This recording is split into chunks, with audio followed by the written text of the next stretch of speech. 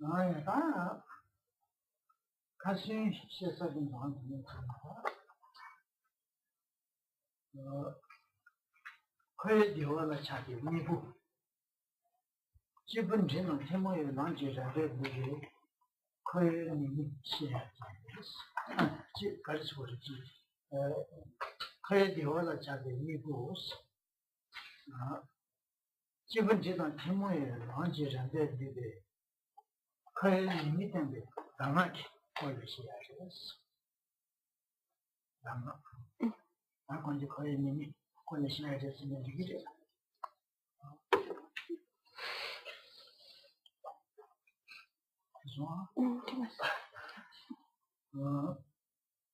그래서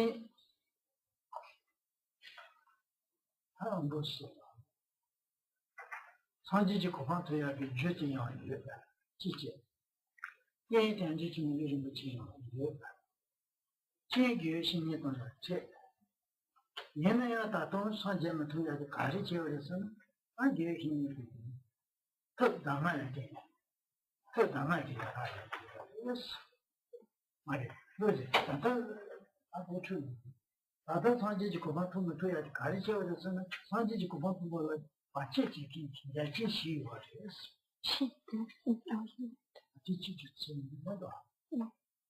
Just 선지지 고방토야 비주진이야.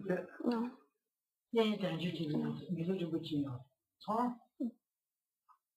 되는 거를 열심히 하는 제 얘네야 다들 말도 선지지 고방토면 돼야 가르치어서는 다른 게 같이 지시요. 디퍼스 시고기가 yes. 이제 많이 시작하지. 정말 반진도 구경하고. Karim Bossi va donc continuer l'enseignement de la dernière fois et il avait été dit la dernière fois qu'actuellement nous avons tous en nous cette potentialité de réaliser l'état de Bouddha. Nous jouissons également aujourd'hui d'un support particulièrement disponible et qualifié pour aller dans ce sens et nous avons également rencontré des conditions favorables dans la mesure où nous avons pu entrer en contact avec un ami de bien, un guide spirituel qui peut nous guider. Alors pourquoi est-ce que dans de telles conditions nous n'avons toujours pas réalisé l'état de Bouddha? Eh bien c'est parce qu'il y a 4 obstacles qui nous empêchent, malgré ces trois bons facteurs favorables, il y a 4 obstacles qui nous empêchent de progresser.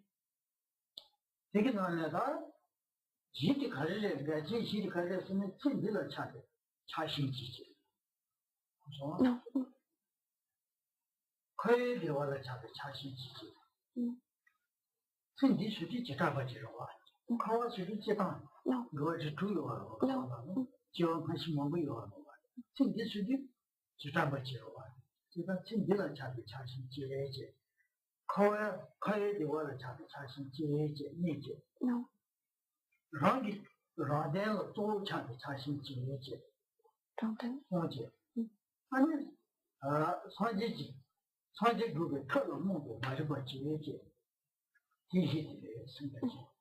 Alors, quels sont ces quatre obstacles qui nous ont empêchés jusqu'à présent de réaliser cet état de Bouddha?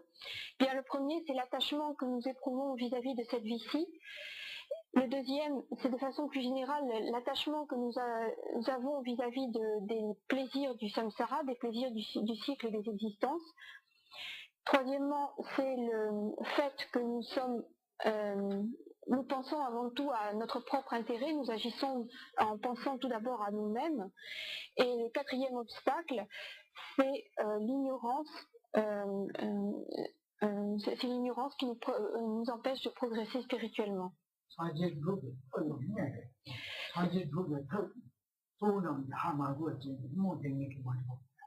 Plus précisément, c'est l'ignorance qui nous empêche de voir la méthode qui permet de réaliser l'état de Bouddha.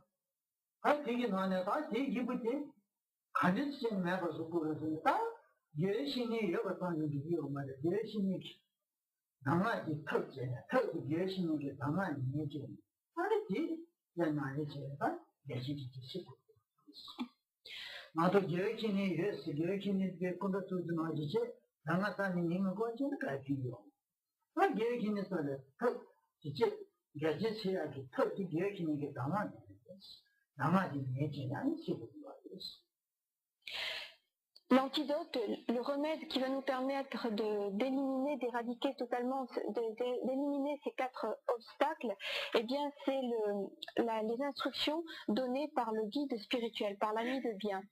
La présence de l'ami de bien n'est pas suffisante en elle-même, c'est pas simplement parce que l'on rencontre un ami spirituel que cela est suffisant de l'avoir, de mettre sa photo qui est suffisant. Ce qu'il importe, c'est d'écouter les instructions. Et qui sont données par cet ami de bien, et c'est en mettant en pratique ces instructions que l'on peut éliminer ces obstacles.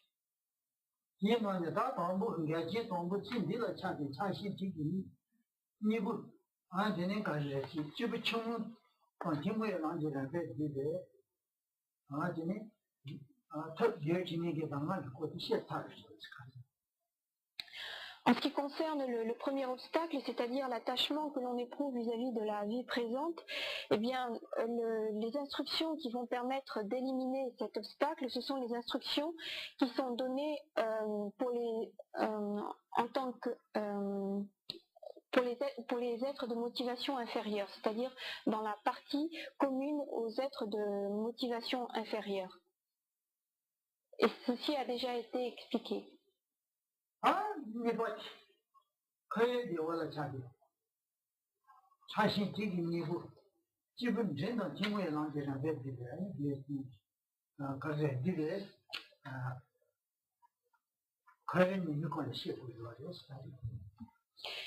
Quant au deuxième obstacle, c'est-à-dire l'attachement que l'on va avoir vis-à-vis du samsara, vis-à-vis du cycle des existences en général, eh bien, les instructions qui vont permettre de l'éliminer, ce sont les instructions qui relèvent de la partie commune aux êtres de motivation intermédiaire. Et c'est donc le sujet de l'enseignement ce soir, et le plus précisément, eh bien, vont être exposés les torts, les défauts du cycle des existences, du samsara. Dans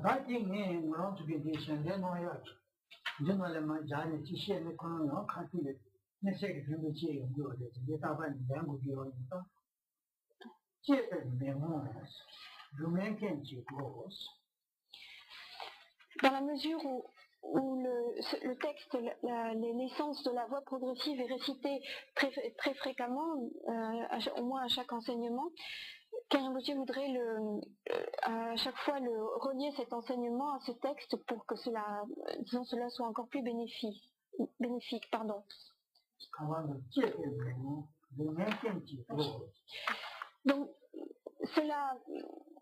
ce qui va être exposé ce soir se rattache à la page 6, aux deux premiers vers. Tché Bénimum, bénissez-moi.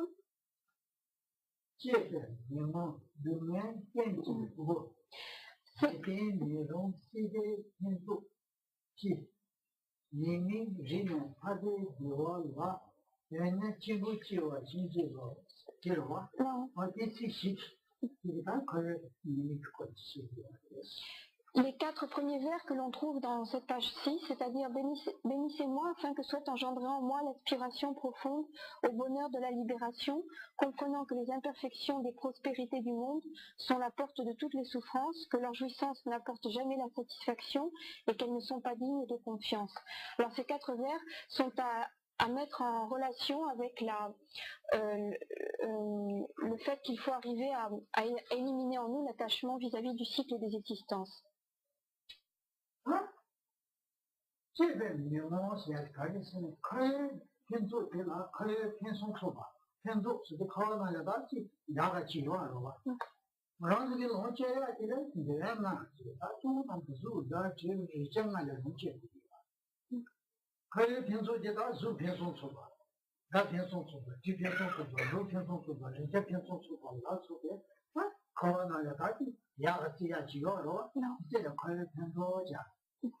이제는 가제되는 뭐저게 다든지 논제기 있는가 부제기 있는가 거의 변조 생애들은 모야다니요. 안 지수야 지나다 다른 문제 타는 다른 지수가 제야지 나의 목이 말이에요. 제대로 명언. Alors, je ne sais pas, est-ce que le tiebe minimum, cela signifie... Non. Alors, les deux premiers vers signifient que, quelles que soient les richesses que l'on va dont on va jouir à l'intérieur du cycle des existences, on n'arrive jamais à être satisfait, on n'arrive jamais à véritablement éprouver une satisfaction complète. Et lorsque l'on parle des richesses du samsara, eh bien, ce sont toutes les choses dont on peut jouir par les cinq sens, c'est-à-dire les formes, les bruits, les odeurs, les odeurs, les goûts, les saveurs et également le contact. Donc tous ces objets des cinq sens, on peut en trouver qui soient extrêmement plaisants, mais même s'ils sont extrêmement agréables, même si ce sont les objets et les formes les plus belles, même si ce sont les saveurs les plus vraiment des saveurs suprêmes, excellentes, à l'intérieur du samsara, on aura beau en jouir, on n'arrivera jamais à une pleine satisfaction. Chimali Zulu Chapa, you know, Chimali Zulu Chapa. Chimali Sudukan and the Barakasa, what they move on so much is called the Tata Chioro. Insecte. Je vais mettre un petit sucre de bébé, on peut le faire. Non, Tata Chioro. Papillon. Chimali, Chimali, papillon, c'est vrai. Non. Papillon. Papillon. Le papillon, on dit que Zulu. Chita Chayu. Ça va quoi? Quand Zulu, le moitié avec le moitié, ni le sachet, ni le sachet. Non, dans le coup, il y a le signe. C'est la jarre, ça, non. Mondando, c'est une yaka. Shomaji, Papa, you know. Good food of the Shomaji Papa, you know. Now, on the deal with the bubble time on machine. Chimachi, I think I'm too cheap at the money. Chimachi. No. Sugar, no, it's about dead, son. So I couldn't know. I couldn't you have a moment you have in the color, the Chinese people, no, that's the good of my ship. Tipicizato, schieve, memoria che non va bene, ma non c'è che in questo senso non c'è che Babu che ci sono penso su una non c'è, Babu non ci io che nella dama va me va in sta che penso che non ya me va in sta non ci non io no c'è mai di solo ciao yes sì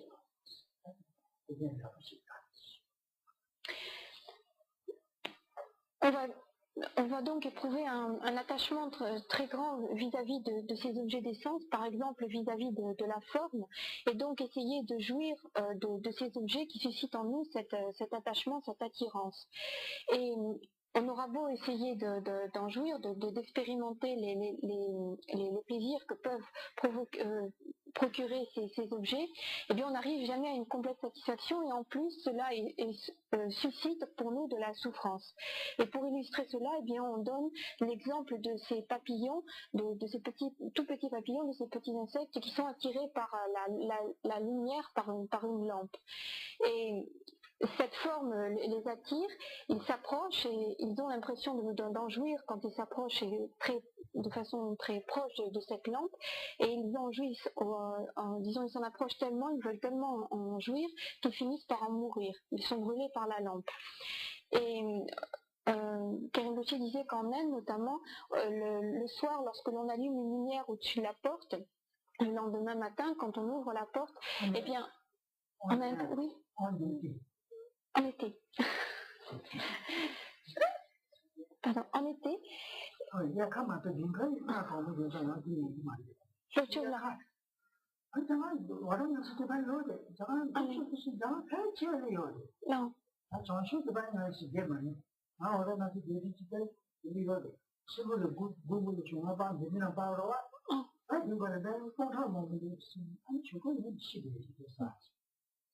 Donc en Inde, l'été, quand Rinpoche a résidé dans la ville de Bénarès, de Varanasi, il y avait donc le soir, lorsque l'on allumait la lumière au-dessus de la porte, des centaines et des milliers de petits papillons qui voltaient tout autour de la lampe. Et le lendemain matin, bien, quand on se levait, ils étaient obligés de balayer. Il y avait des centaines de petits insectes qui étaient morts, brûlés, et dont on trouvait les cadavres par terre. Et ceci illustre bien la façon dont on essaye de jouir de quelque chose qui suscite en nous un attrait, un attachement, et en fait cela ne finit par procurer à la fin que de la souffrance. Non seulement on n'est pas satisfait, mais en plus cela suscite de la souffrance.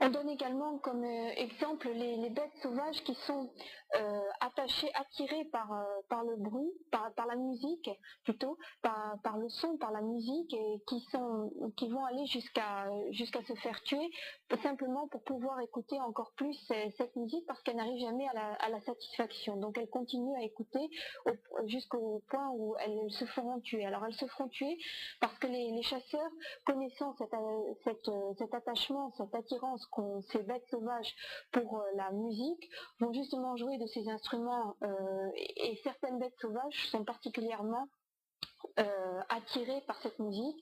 Elles vont venir jusqu'à ce qu'elles se fassent tuer par les chasseurs.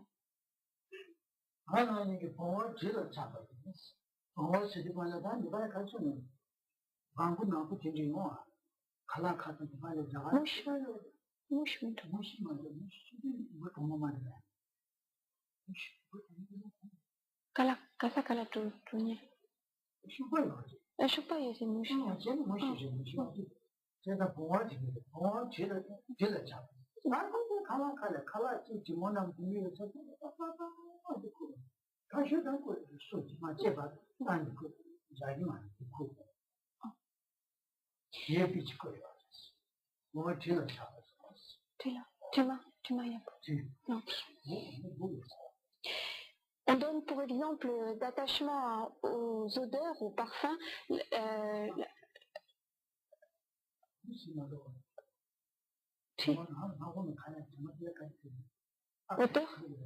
odeur, parfum. Parfum, il y a beau pas.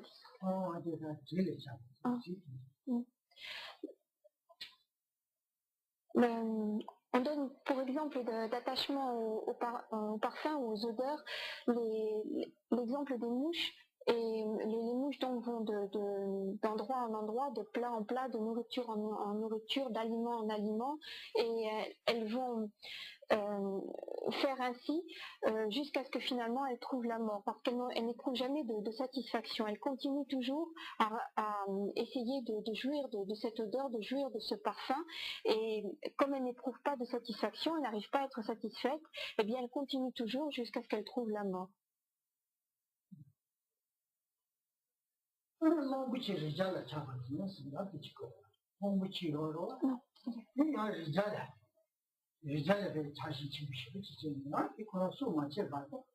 Non.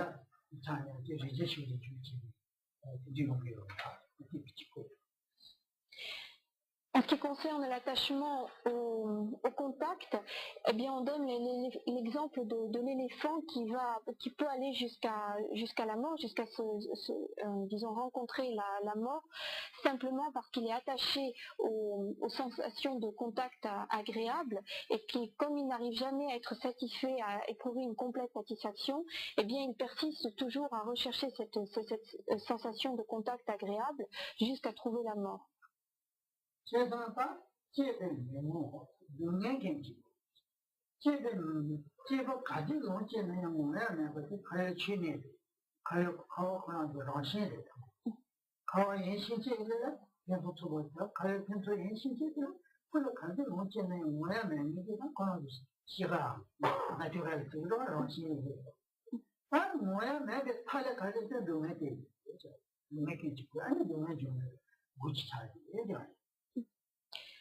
La caractéristique des plaisirs que l'on va pouvoir rencontrer à l'intérieur du cycle des existences, à l'intérieur du samsara, eh bien, c'est qu'ils ne peuvent jamais procurer de satisfaction complète. On n'est jamais complètement satisfait de ces plaisirs, et c'est là leur nature propre, le fait qu'ils n'arrivent jamais à procurer une satisfaction complète. Et de ce fait, eh bien, ils sont source de souffrance, source de douleur.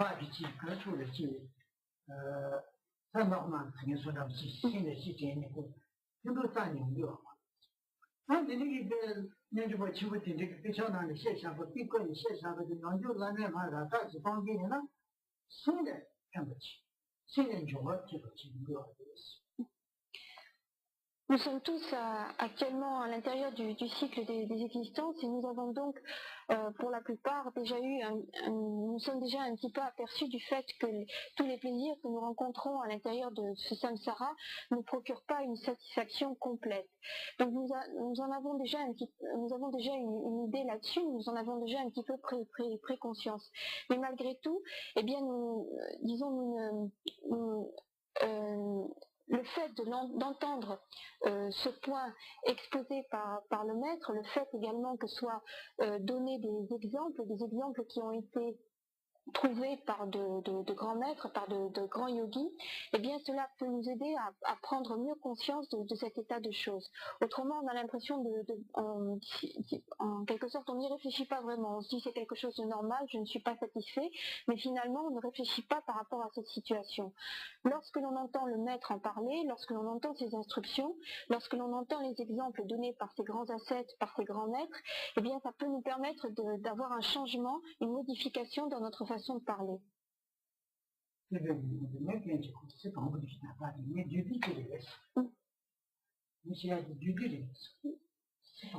Non. Donc voilà le sens très concis du premier vers de cette page numéro 6.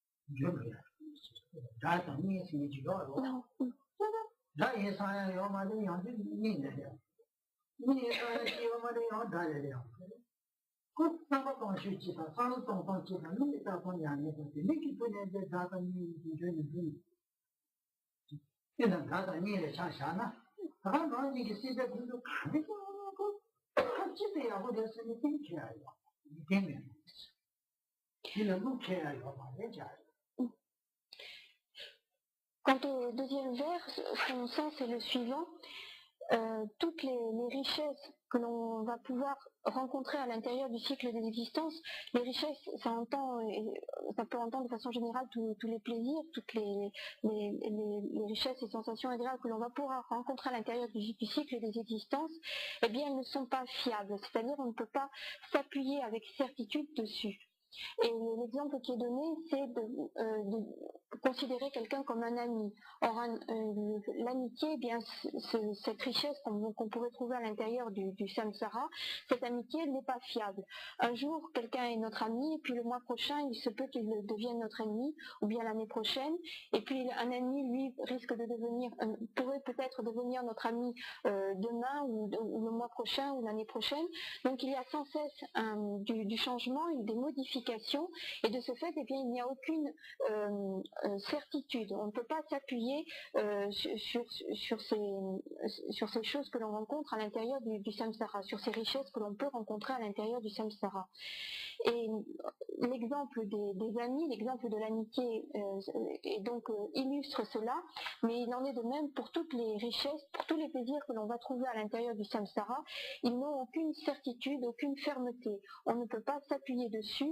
On ne peut pas s'appuyer dessus. Oui.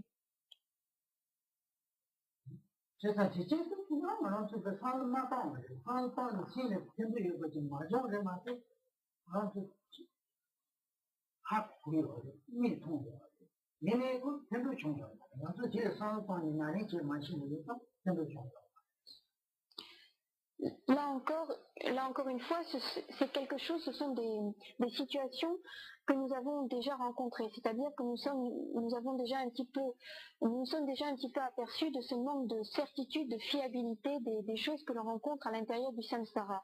Mais jusqu'à présent, nous n'en avons pas tiré un bénéfice, nous n'avons pas véritablement réfléchi par rapport à cela. Et c'est pourquoi en écoutant ces instructions, cela apporte un bénéfice dans la mesure où nous allons réfléchir par rapport à cela.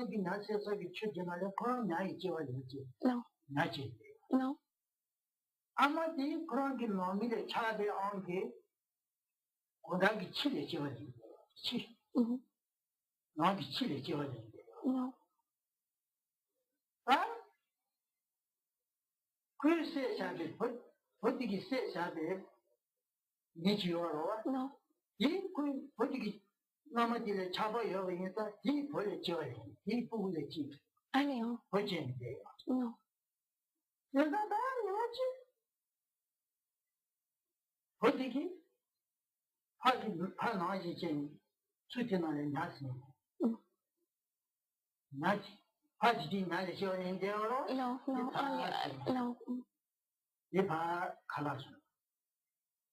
Après, ça avait Magaya Unity. Puis, Namatile, communique politique et santé, on va la I'm the Chile Chile, the back of the Nadi Party, George Monati Chance, Chile didn't have decoration. Just I got that time for a drink. No. You can imagine. No. What? Did you young bottom you or Matoje? Was a particular on Jabashi. No. Chili Motoshi or no. Jabashi.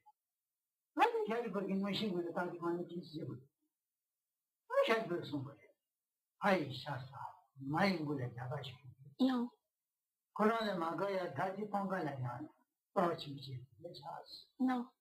Yadada, Kayos and Kayachus and the beach, and I didn't get Yamashu because Kayachu, Yamakos, not Yamashu, Kayanas to the beach, and Kennedy to some no, no, no. No.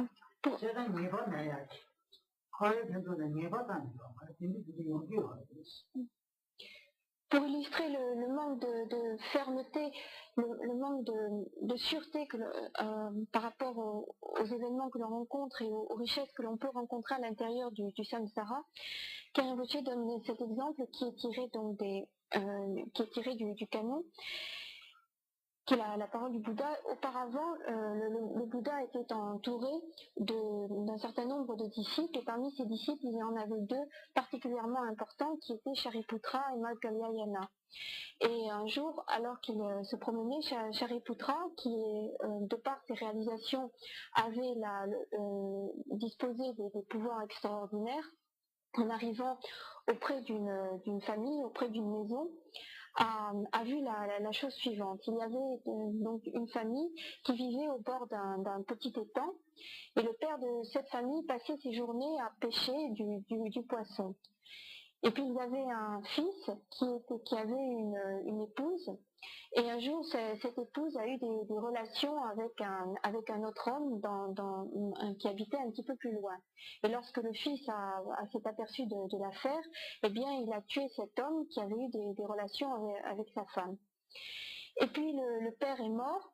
Et comme il avait passé, disons, sa vie à pêcher du poisson, lorsqu'il a repris naissance, eh bien, il a repris naissance en tant que poisson dans ce même étang où lui-même avait pêché du poisson tout au long de sa vie. Et puis la mère est morte, et dans la mesure où elle a éprouvé un attachement extrêmement grand vis-à-vis de cette famille, vis-à-vis de ce foyer, eh bien, elle a repris naissance dans ce foyer, mais en tant que chien. Et puis, l'homme qui avait été tué par le fils, eh bien, il a repris naissance, mais il a repris naissance en tant que fils, en tant que bébé de ce jeune couple, dans la mesure où il éprouvait un attachement extrêmement grand vis-à-vis de cette femme. Et un jour, eh bien, le fils a fait comme son père, il a été pêcher du poisson dans le temps, et le poisson qu'il a attrapé, eh bien, c'était son propre père qui avait repris naissance en tant que poisson. Et puis il a commencé à faire cuire ce poisson, et puis au moment de manger, eh bien, il a pris son jeune bébé qui en fait était cet ennemi qu'il avait tué précédemment, il l'a pris sur ses genoux avec beaucoup de soin, avec beaucoup d'amour, et puis il a commencé à manger ce poisson qui auparavant était son père, et à ce moment-là, le chien qui était toujours dans la maison, attiré par l'odeur du poisson, est venu tourner autour de la famille, et il aboyait, il voulait lui aussi manger du poisson. Et on lui a donné quelques arêtes, mais en fait on a surtout lancé des pierres parce que la famille en avait marre de ce chien qui venait sans cesse demander de la nourriture. Et à ce moment-là, Shariputra a dit la phrase suivante, il a dit: ils mangent la chair de leur père, ils mangent la chair de son père, ils tapent la tête de sa mère, et il regarde avec amour son propre ennemi. Et il a dit, c'est une situation qui me fait en quelque sorte éclater de rire. C'est quelque chose qui est complètement insensé, et toutes les relations à l'intérieur du samsara, eh bien, sont semblables à cela. Comment dire,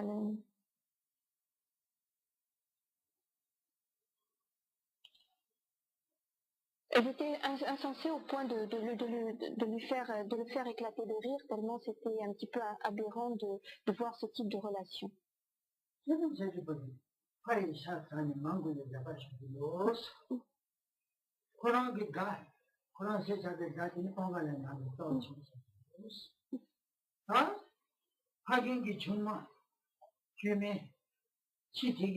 하게되게 되고 사는데 없어. 나이 주바자 요로 처음에 추이 주바자.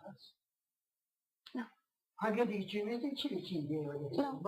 그래서 치리 나이 주바자 요로 나이 주바자 하게되게 처음에 추이 주바자 추시도 빨리 그래서 그런 조거들을 추시게. 처음에 조거들이 주면서 처음에 처음에 추이 주바자. 그러나 가르치게 되는 것이 Et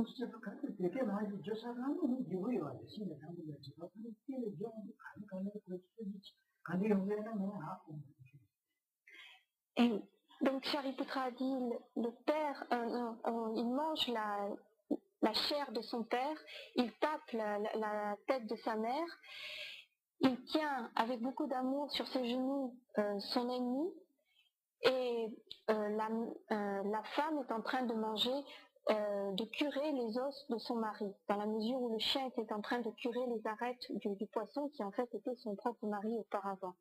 Donc, et la femme cure les os de son propre mari. Telle est la situation à l'intérieur du samsara, et cela est... j'arrive pas à trouver le terme en français, suscite en moi c'est tellement insensé que cela prête à rire. Absurde, c'est tellement absurde que cela prête à rire.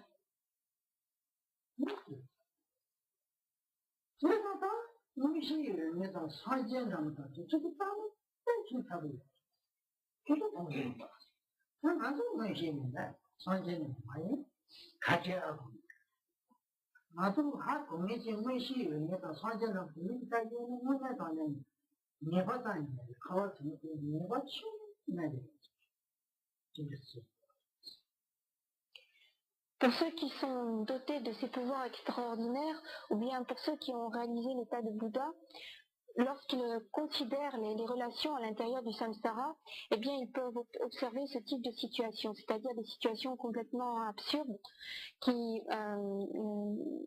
complètement insensées, et qui prouvent le manque de certitude, le manque de fermeté qu'il y a à l'intérieur, le fait que l'on ne peut pas s'appuyer avec certitude sur les relations à l'intérieur du samsara.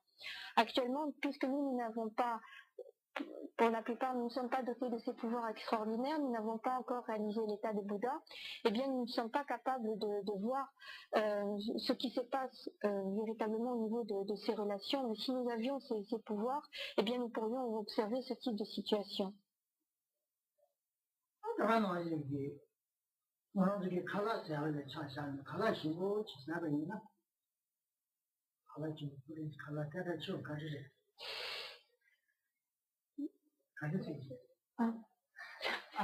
Plus frites.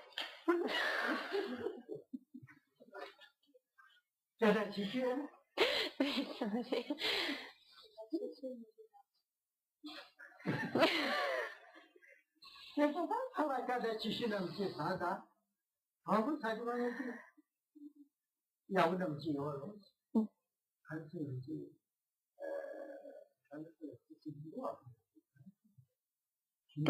Délicieux.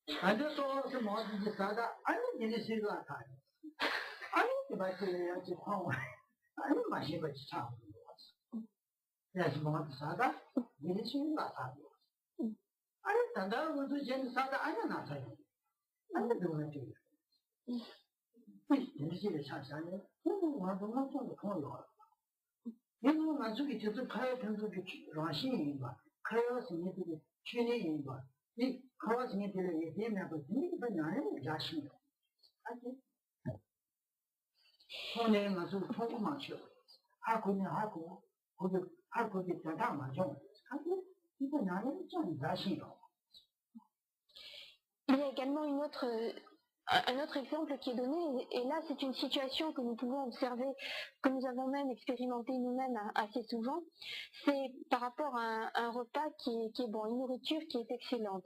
Alors quand je me suis demandé quel était le plat français la nourriture française, la cuisine française est renommée dans le monde, et quel était le plat le meilleur parmi la cuisine française. Alors,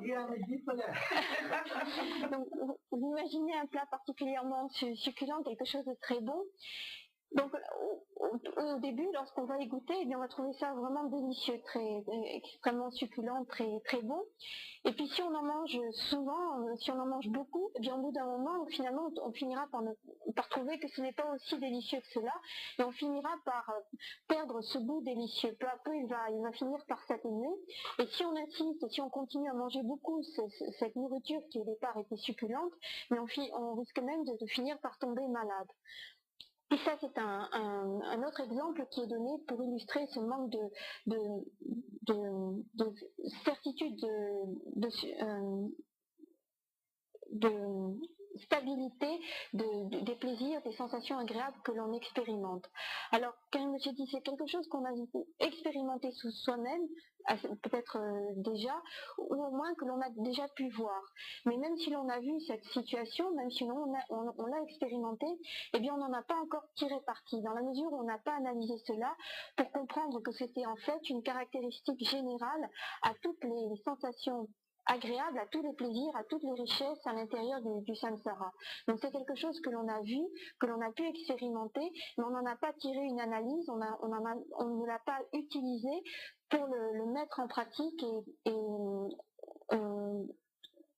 arriver à la conclusion que l'ensemble des plaisirs, des richesses du samsara avaient la même caractéristique de non-stabilité.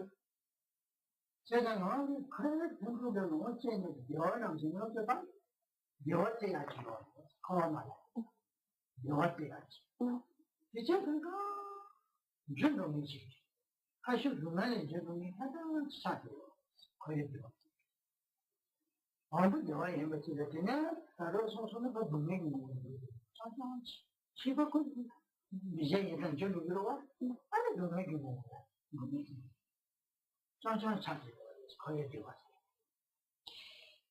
Ce plaisir qui existe à l'intérieur du cycle des existences, à l'intérieur du samsara, eh bien en fait il a cette caractéristique de manque de stabilité, du fait qu'il n'est pas fiable, on ne peut pas s'appuyer dessus parce qu'il est toujours en train de se modifier, en train de connaître un changement. Et au départ effectivement il y a une certaine sensation agréable, mais qui se modifie très vite et qui devient en fait une sensation de souffrance. Ce plaisir, à l'intérieur du cycle des existences, à l'intérieur du samsara, il a une nature composée, de ce fait, il est toujours en modification.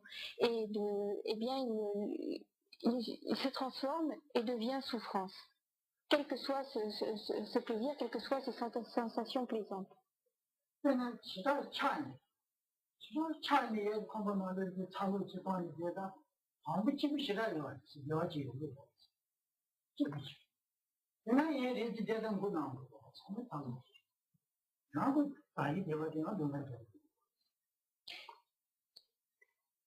Si on peut également donner l'exemple suivant. On a tout d'abord très froid à l'extérieur, on est gelé, puis on rentre à l'intérieur et on se met à côté d'une source de chaleur, et là on éprouve une sensation de bien-être, de plaisir, parce qu'on a chaud tout d'un coup. Et puis peu à peu, eh bien, cette chaleur, elle va finir par devenir intolérable, et on en aura mal à la tête parce que c'est trop chaud.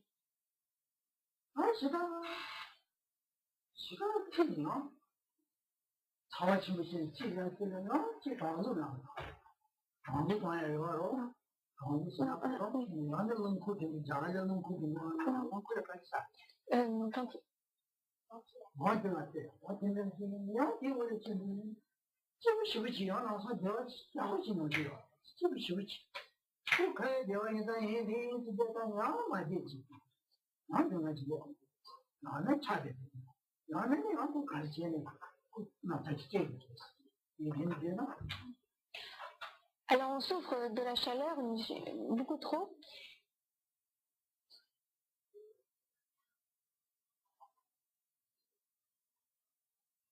on souffre de la chaleur et on va donc rechercher la fraîcheur. À ce moment-là, on va brancher l'air conditionné, ou bien ça peut être le ventilateur, par exemple en Inde, le fan, et à ce moment-là, eh bien, au bout d'un moment, on va à nouveau éprouver un sentiment de malaise. Ou bien on aura trop froid, ou bien il y aura des courants d'air, ou bien au bout d'un moment, de toute façon, cette sensation de bien-être qu'on avait éprouvée au début parce qu'il y avait une fraîcheur par rapport à cette chaleur excessive, eh bien cette fraîcheur, elle va devenir au bout d'un moment source de douleur également.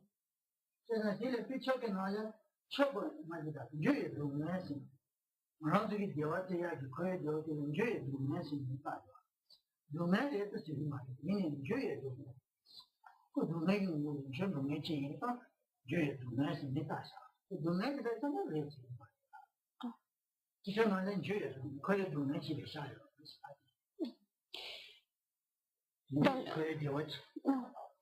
Et dans les livres, lorsque l'on parle du bonheur mondain, c'est-à-dire de ce bonheur, de ce plaisir que l'on recherche à l'intérieur du cycle des existences, à l'intérieur du samsara, eh bien on le qualifie de souffrance du changement. Alors littéralement, ce n'est pas une souffrance, c'est on ne peut pas dire que ce bonheur mondain, ce bonheur, ce plaisir que l'on trouve à l'intérieur du samsara est souffrance, mais il est souffrance du changement dans la mesure où il est soumis au changement, il ne reste pas stable.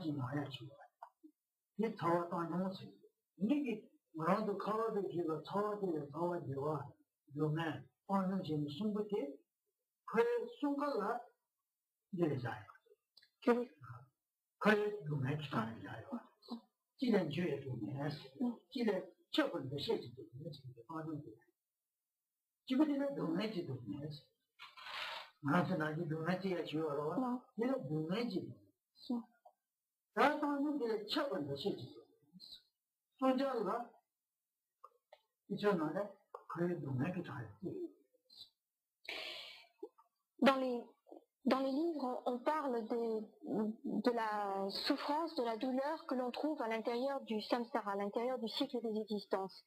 Et on distingue trois types de souffrance, la souffrance de la souffrance du changement et la souffrance qui englobe l'ensemble qui est inhérente, qui englobe l'ensemble.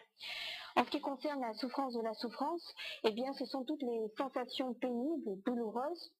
En ce qui concerne la souffrance du changement, eh bien, ce sont les sensations plaisantes que l'on va pouvoir expérimenter à l'intérieur du samsara. Et en ce qui concerne la souffrance qui englobe tout, qui pénètre, qui est inhérente au samsara, eh bien, elle est constituée par les sensations neutres.